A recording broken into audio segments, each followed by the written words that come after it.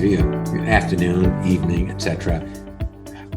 We're doing this recording via Zoom, and I'm just so enjoying looking at Ariel and how aware she is in her eyes, how present she is in her eyes.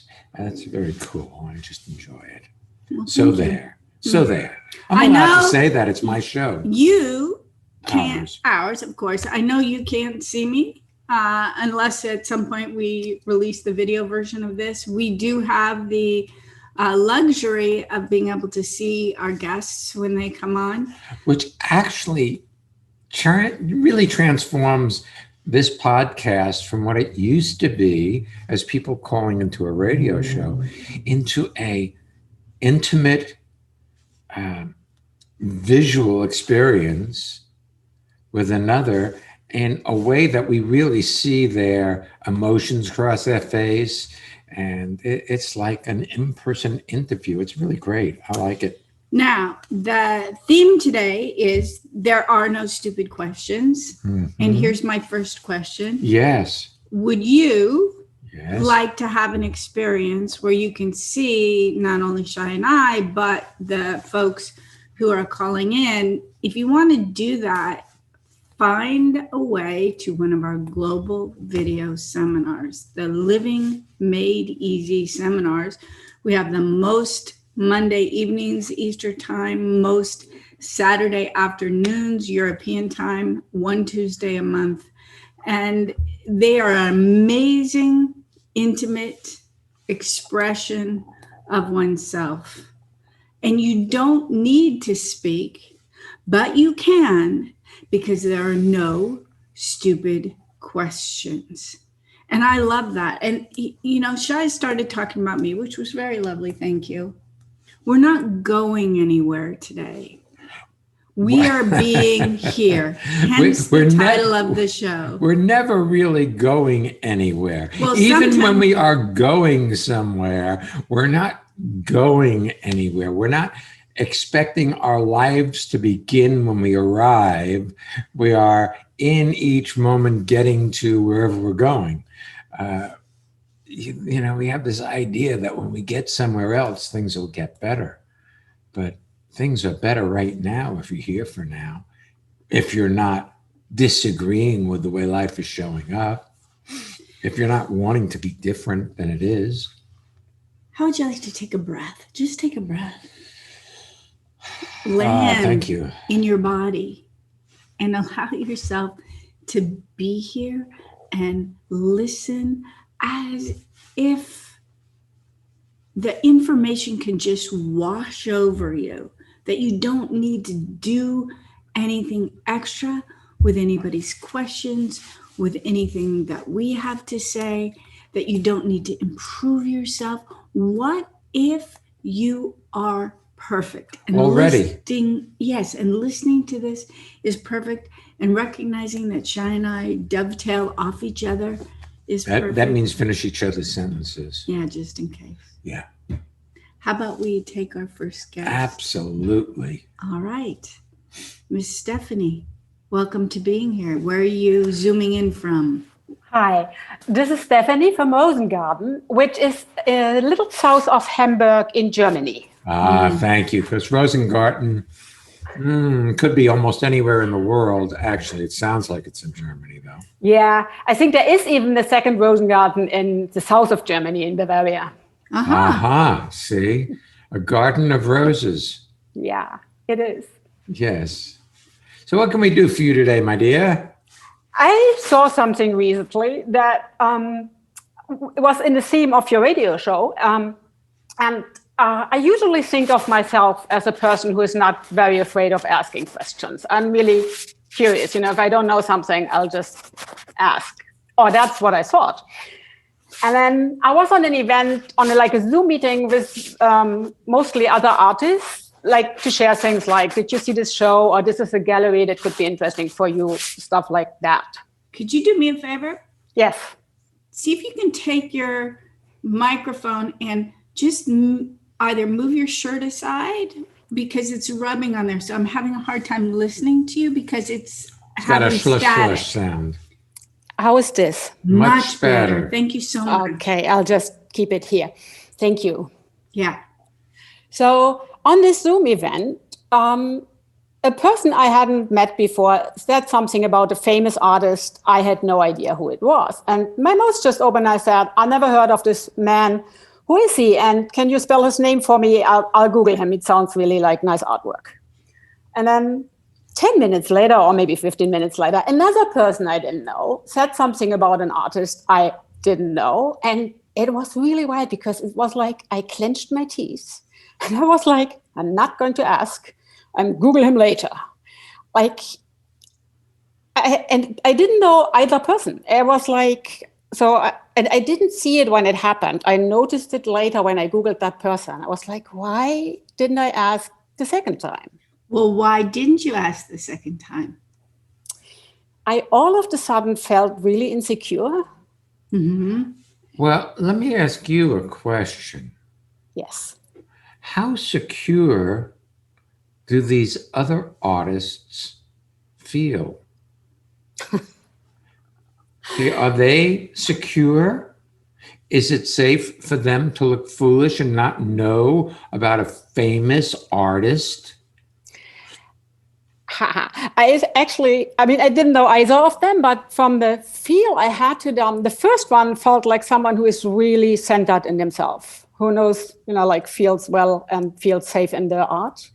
But the second person really was like trying to prove. And so are you talking about the second presenter? Yeah. And that was the person you didn't ask. Yeah, right. And it felt also like the first one really genuinely shared her interest in this artist she talked about. And the second one, I didn't ask, felt more like name dropping. Like, see, I know all these great artists. Yes. Well, look, this is a world full of insecure people who drop names to feel more important than they actually feel. But you just have to take that into account rather than hurt yourself with the idea that they are that way. There are 3 principles to instantaneous transformation. The first of which is anything you resist persists and grows stronger. The second is you can only be exactly as you are in the current moment of your life. And what most people don't realize is everybody else can only be exactly as they are in the current moment of their life. So if they're insecure and drop names to try to prove that they're okay, see if you can find some compassion for their insecurity, their lack of self-esteem or worth, that they have to prove they're okay rather than allow themselves to be okay. Because it applies to everyone, that second principle. Third principle, anything you see without judging completes itself. So then in a certain respect, as a participant, not judging the presenter for any of their foibles, you give them permission to be a more expansive version of themselves. But that being said, let's talk for a moment about the difference between change and transformation, because hidden in what you just said is the difference between change and transformation. The first time you ask a question, and the second time, according to you, you clenched your teeth and said, I'm not doing this. And I held it back and I Googled it later. The subtext was, the first time I did it right, and the second time I did it wrong. Yes. And that's change. Change has the dichotomies. It's you. There was the good Stephanie, who's self-expressive, and the bad Stephanie, who's self-suppressive. Yes. And good, bad, right, wrong, expressive, suppressive. That's in the realm of change. In transformation, it's noticing. So on the top layer, the brush layer, it looks like you observed that you had a reaction to the not knowing the second artist, but you judged it. And judging it keeps that self-suppressive nature in place, which is not a bad thing. It's just a is thing. But yes, we tend to like it better when we do things we approve of. Now, here's the thing. What you approve of and what you disapprove of is really not even up to you. It's what your culture has impregnated you with as good and bad and right and wrong. They call it mores. The mores of a culture are the right and wrong and good and bad of that culture. And you've been dipped in the beliefs of the culture you grew up in. That makes a lot of sense. In my world, I would say asking questions is a good thing. I should learn if I don't know something. Yes. Yes, the better me would ask a question. And the better me wouldn't have judgments against the second person I didn't ask. But additionally, you didn't necessarily include all the other artists who were on the seminar with you, who might have already judged themselves for not having asked the question. Think, man, Stephanie asked that. I didn't know that person either. I would never do that. And so there's a tension in there also amongst competitive people. And every one of those artists are competitive. Yes. See, everyone on the planet is competitive. Or we wouldn't have been here. Just don't make it if you're not competitive. Not that long ago, some friends of ours gave birth to a child, and they had tried, they had been trying to conceive for a long time before they did, and they ultimately did some, it wasn't intrauterine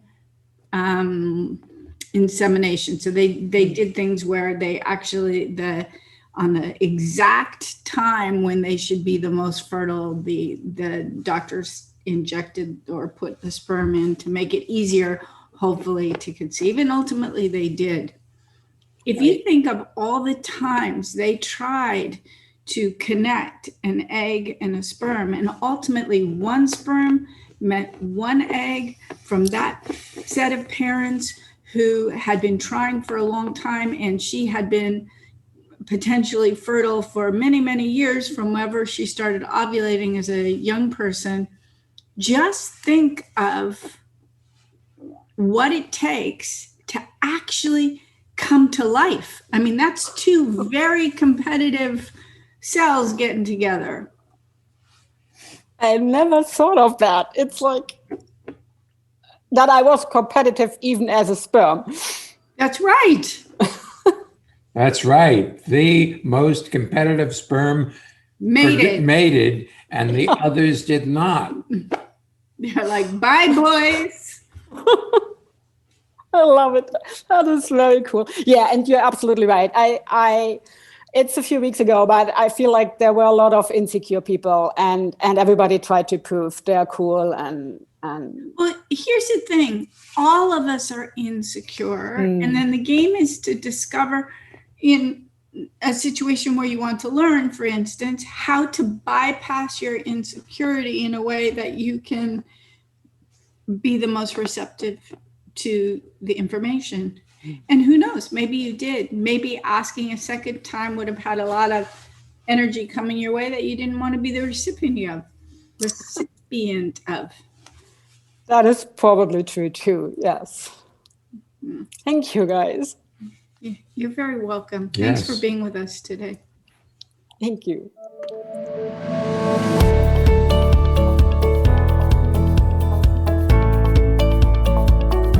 It's that time. The time for what? Our listener feedback spotlight. What is that? Well, I'm so proud of the people who listen to this show. And now we get to hear from one or more of them about what's happening in their lives with transformation by listening to this podcast and what they've discovered about life, what they've discovered about their lives, that they are experiencing fun in their lives. And that they want to share it with you. Yeah. Hi, this is Aisha from Bloomfield, New Jersey, and I have been attending Transformation Made Easy. I've been a part of the community now for over 6 months, and I can definitely say that my outlook has changed, and I feel a lightness that I haven't felt in a while. It's very, very refreshing, and to be able to connect with everyone in the community and to listen and really take in what Ariel and Shya have to share and enlighten us with has been fantastic for me, particularly in this time, not only of COVID, but of social unrest. So just a wonderful, wonderful addition to my life, and I highly recommend it to anybody. Do you want to have well-being with consistency? Connect with people all over the world from the comfort of your own home at Ariel and Shya's lively interactive Living Made Easy virtual seminars. Join any of their 2-hour online events or take a deep dive into the magic of being you at a virtual weekend seminar. Come on, let's connect. Find out more and register at transformationmadeeasy.com. If you'd like to join us for Living Made Easy seminars, you can check our schedule at transformationmadeeasy.com. This weekend, we're doing the simplicity, of course. The simplicity, of course. Of course, we're doing the simplicity course, which is really about how simple it is when you're being here so that you can experience and live your life rather than think about how to do it right. In November, the first week of November, our next course is Discover the Healer in You. At the time of this recording, we have not heard back yet from Camp Tecumseh, which is here in New Jersey. We're hoping to be able to do that particular course in a live format. If not, it will also be via Zoom. So you can check back to our website. By the time this episode is released, the answer will certainly be there. And then also, Costa Rica 2022 is open for registrations. You know, we lost the opportunity to be there last year because of COVID. And right now, as far as we know, things still remain open between our two countries, or Costa Rica and the rest of the countries of the world. And so we're assuming we'll be able to actually have that seminar in person. Would you like to join us? 2 weeks or 1 week are available. You are welcome. The prerequisite is attending one of the weekend seminars. It doesn't matter if it's live or via Zoom. It's all alive. Mm-hmm. So the other thing is, you must be fully vaccinated. Those are the requirements. Those are the requirements. Again, God said so. transformationmadeeasy.com. Let's take our next guest. Yes. Hey, Safia, where are you zooming in from today? Welcome. Hey, I'm coming in from the Bronx, New York. It's great to see you. It's great to see you. Yes. And we're happy you're here. You ready? Here's our question. Thank you. Hopefully it's a stupid one. Oh, a stupid question. I think my stupid question is, why do I upset myself when other people, are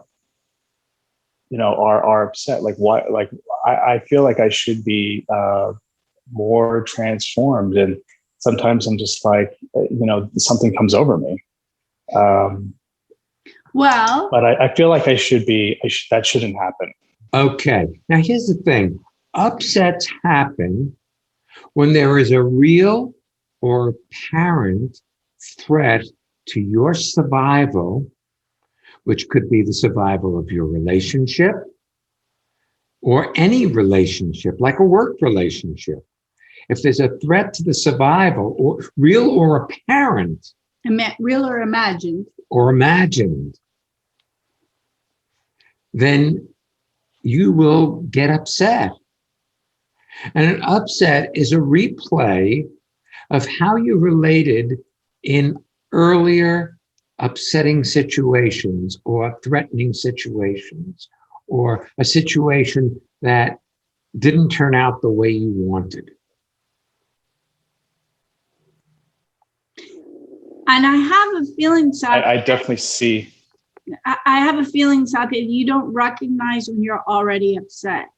So you say, why do I get upset when people do, say, X, whatever X may be? If you weren't upset, they could do X and you would notice it. You might comment on it. You might say, I don't like it when you do that, but you wouldn't get upset with it. Right. It's really funny. Yes. Go ahead. Yes. It's really funny because with this particular person, I have been upset for weeks, and right. I was just trying to be composed, and things came to a head, and I said something about it, and of course they came back at me with, why are you coming? Why is this a thing? And in my mind was saying, you're standing up for yourself. Right.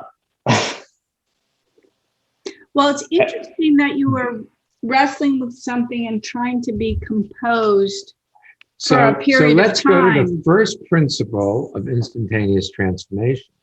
Anything you resist, like this other person, will persist and grow stronger and dominate your relationship with them. So rather than at the beginning of this thing saying, you don't need to talk to me like that. I'm going to do the job. Yelling at me does not motivate me to work well. You sucked it down. But I have a feeling, though, Shya, even what you just said, if you said that to me, I would come back. I would be poised to come back at you. Okay. If I had said something, and it's happened where I've said something that might have an edge to it. Yes. And you generally go, are we okay? Because that you seem to have. Yes. That the communication just seems to be a little funky. Are we okay? Which is never like, are you okay? You seem kind of effed up right now. Right. So how about you've been upset for a while and your upset isn't this person? Because you attached causality to this particular person. But to be really straight with you, it's a lot easier to get angry with this person than the person you live with. Very true. Because your survival is based on your relationship. Yeah. And so you don't want to do that wrong. You don't want to say anything, but you're not saying anything allows behaviors that you find upsetting. It justifies them. It says it's okay. It's okay for those behaviors to happen if I don't say anything. Yes. See, look, if Ariel behaved in a way that I found detrimental to our relationship or our experience of well-being, yes, I wouldn't let it go by. I remember, Satya, when in May, I think it was, at some point, we went to visit for the first time in over a year and a half almost. We went to Oregon to visit my father and my sisters as well. But primarily at that point, it was to see my father who has very, very severe dementia. And clearly in the last year and 3 months or however long it was, his mental acuity had really deteriorated, and to the point where I had the sense that I might be familiar to him. But when I'd say, "Hi, Dad," I don't think he actually understood what dad meant. Like dad, that it's not just like, "Oh, I'm your dad and I don't recognize you." It's like the word dad didn't necessarily mean anything to him. It was just a sound. And there came a point where I'd been there for a little bit of time, and Shya made arrangements for us to go visit a friend about half hour, 40 minutes away. And Shya and I had a conversation. And the conversation was not quite heated, but it was somewhat contentious. And what it was we were both upset. The situation was not to our preferences, and we missed how upsetting it was. So any reactivation he had around death, any reactivation I had around death, decline, mental decline, will this happen to us, any of those weird conversations. The difference between Shya and I and you and say your wife or you and other people in general is we kept talking until it came to completion, until we were back in relationship. But completion isn't one person's right and the other person's wrong. Completion is seeing the dynamic, and the seeing of the dynamic is enough for it to unwire. So it loses its energy. So it's complete, not finished, not over with, but complete, as in no energy left in it. And it was as if saying, we talked about how we were dominating each other, and then we looked, do we want to keep going to this appointment? Do we want to turn around and go back? We looked and saw what we wanted to do together as a team, as opposed to, okay, I'll go with you, Shya, but you made me and you're taking me away from, or I'm out of here, Ariel. Whatever the deal was, it was just sweet once we allowed ourselves to untangle the upset that each of us were independently in.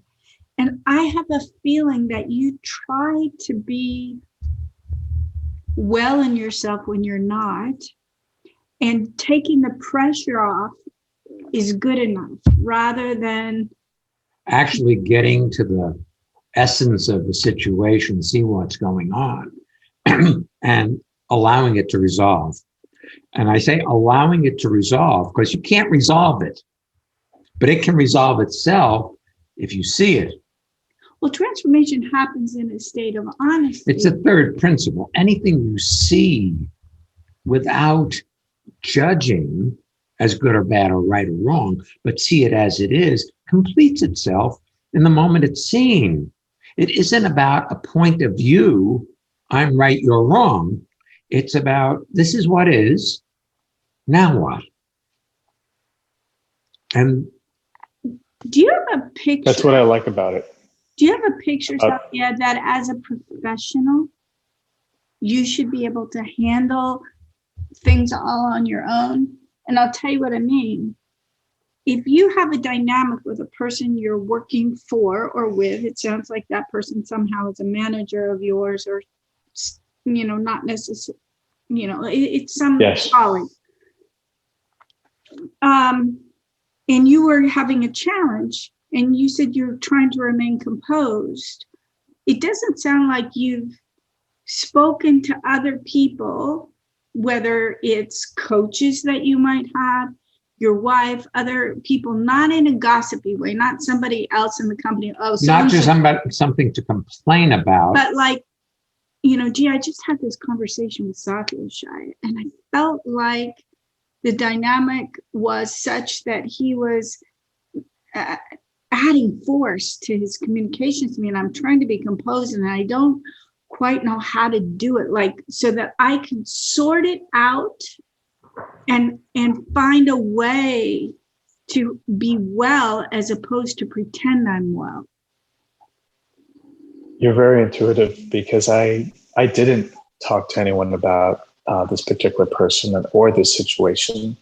I accepted it as... You did. You did. You actually did. You talked to you about it. And you've got a point of view about this person. So then you went into agreement with you about this person, rather than dissolve the problem, you exacerbated it. I have to tell you, if somebody says they got to stand up to me and I have no clue they've had an issue with me, it's a little weird. So didn't you just say you thought you were standing up for yourself? They're probably like, what's the deal here? I didn't know we had any issues. My phrasing was that they were being disrespectful. Well, that was your interpretation. Well, yes, I love that. I'll tell you why I love that. Because what Shya said is true.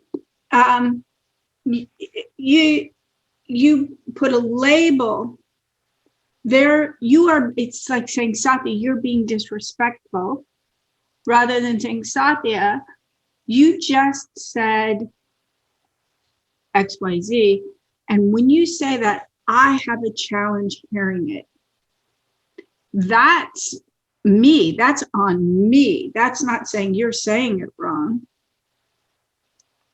But if you're expecting people to say it the way you want to hear it, you're going to be disappointed, because people aren't that comfortable in themselves, and they're afraid that what they have to say may be rebuffed or disagreed with.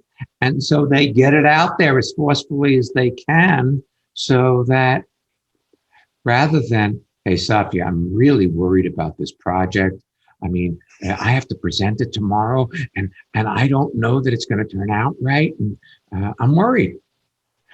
Yeah. So get it done, goddammit. I see that. It's awesome.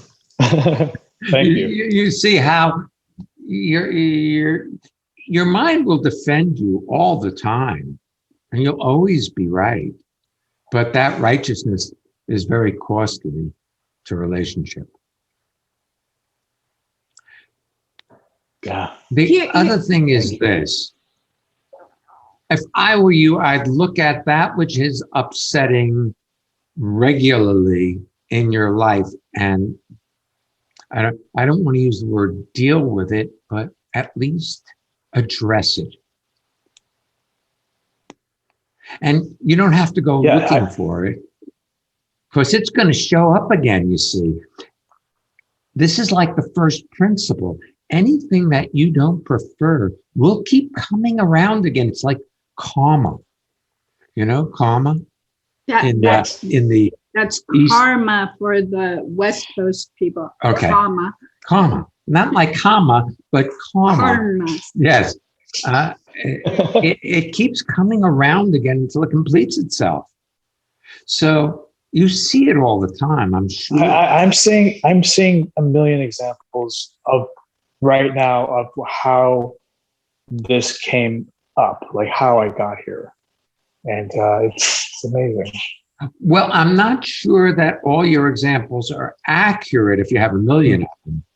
I think there's a more basic, something that you don't address because it's frightening to address. You don't want the pushback that you will get. It's like a zit, man. You know zits? Pimples? Oh, yeah. You squeeze Yes. on them, pus comes out. And you don't want it to shoot on you. And you don't want that on you. And I don't blame you. But if you confront an upset person, you will get pushback. Because zit on me. Yes, as much as they would like to be over that behavior, they can't do it on their own. But you know, the thing that is still, I'm still a little stuck with here as we're talking is in your perspective and how you've manipulated Shya to talk to you, Sathya. It's as if they have a problem rather than how your being with them evokes this way of relating. And when you said, I see a million examples of how I got here, it sounded as if you're looking at how you relate with this specific person. I may have missed that, rather than how you relate globally with your wife. Hi, kitty. Our cat's crying down there. With their dog, with, you know, how you relate. It cannot only be with this person. Right. You see, this is behavior that has existed along with your existence forever. And the seeing of it without judging yourself for what you see will allow it to complete itself. The not wanting to see it will just perpetuate that way of relating to life. So, for example, I'm just to be straight, we know your wife, we love her, we love you. And from time to time recently, she's shown up being in distress with herself. And somehow, in your way of being, when she's in distress, you are presenting a face that it's independent of you, rather than you have anything to do in the mix of it. It's all her. And in relationship, if I am presenting or being distressed, there's generally, not even generally, there's something that I'm doing or not doing that will support that upset. Not support it completing itself, but support it continuing, because it allows some space of freedom from responsibility, a space where I can escape the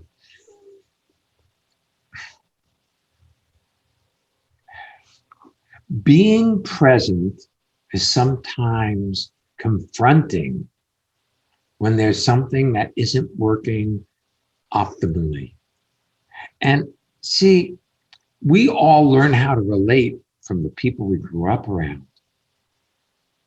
So you've learned to internalize, converse with yourself, and come up with a strategy ultimately that sometimes backfires.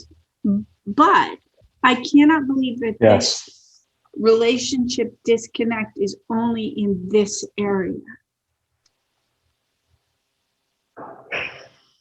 No, I see that. It's fundamental of the way you relate. And it's not good or bad. See, the problem is that you'll see it as a flaw or a fault, and it's not. It's just a mechanical way of relating that you've learned to survive in this world. But it may not be the optimal way of relating in a love relationship or a business relationship. I see both being very similarly, and I'm so glad you brought up my wife being distressed. I've been operating like, okay, she will work through this on her own, and I haven't been considering my part in it.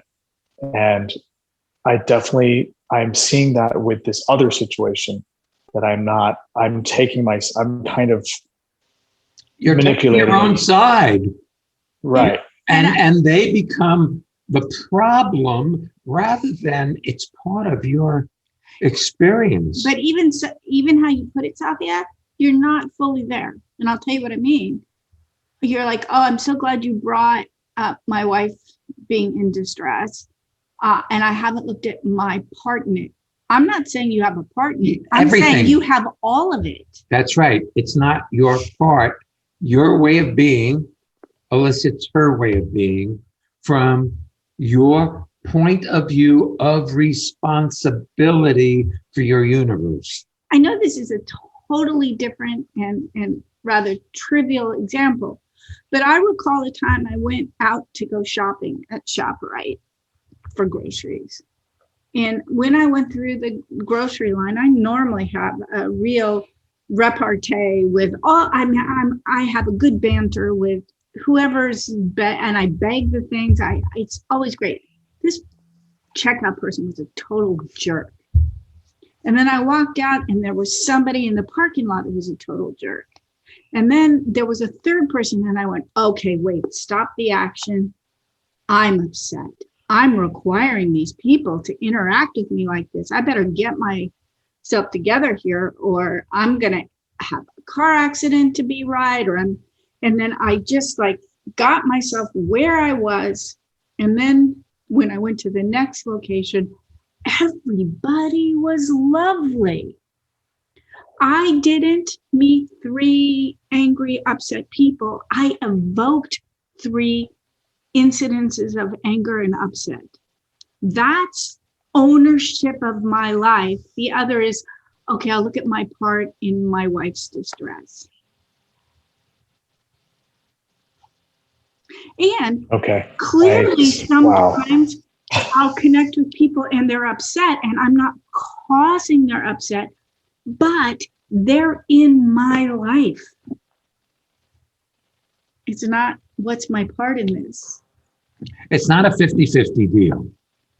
Your relationship to life is 100% your responsibility, not anybody else's. And so if you take that point of view, you become very successful in relationship because then you don't knowingly or unknowingly do those things that disturb people. Yeah. Because you're looking at it like you're the director of the movie you're producing. Yeah. You like that analogy? I thought it was good. And one last thing, if I'm feeling distressed, showing myself as distressed, and Shya is looking like Mr. Glowy, it's like it only. We're fighting. We're fighting. If that's the case, we're fighting. Well, this is great. I'm so glad I called today. I am too. So are we. Because I'm so glad, yeah. We love you guys. We love both of you, and we see you struggling, and it's hard to just say anything. But in this format, you ask the questions, we give the answers. And I want to say one last thing, Satya. I find your receptivity right now and your listening to be so generous. Yes. Because I know that there are a lot of people out there who from time to time get lost, and you're willing to broach this subject and be here with us is such a gift because you're seeing it. It's not like, oh yeah, I did this awful thing. It's like, oh yeah, look at that. I never saw that. It's transformation. That's why I really love this. I really love talking to you guys in this forum. Well, thank you. Yeah, thank you so much. You're welcome. Thank you. By the way, Satya just said how much he loved this. If you love this, if you love transformation, you love any of our seminars, the radio show or podcasts, that books, and you want to express that, you can go to transformationmadeeasy.com/being here and submit a listener spotlight, like what you hear in the middle of the show. It's really lovely to hear from different people what's happening for them. with transformation. Next week's show is a transformational approach to teaching. Excellent. We'll be back next week. But before we go, thank you for listening. Yes. Really. Thank you for listening. We'll be back next week. So come on back. And don't miss being here.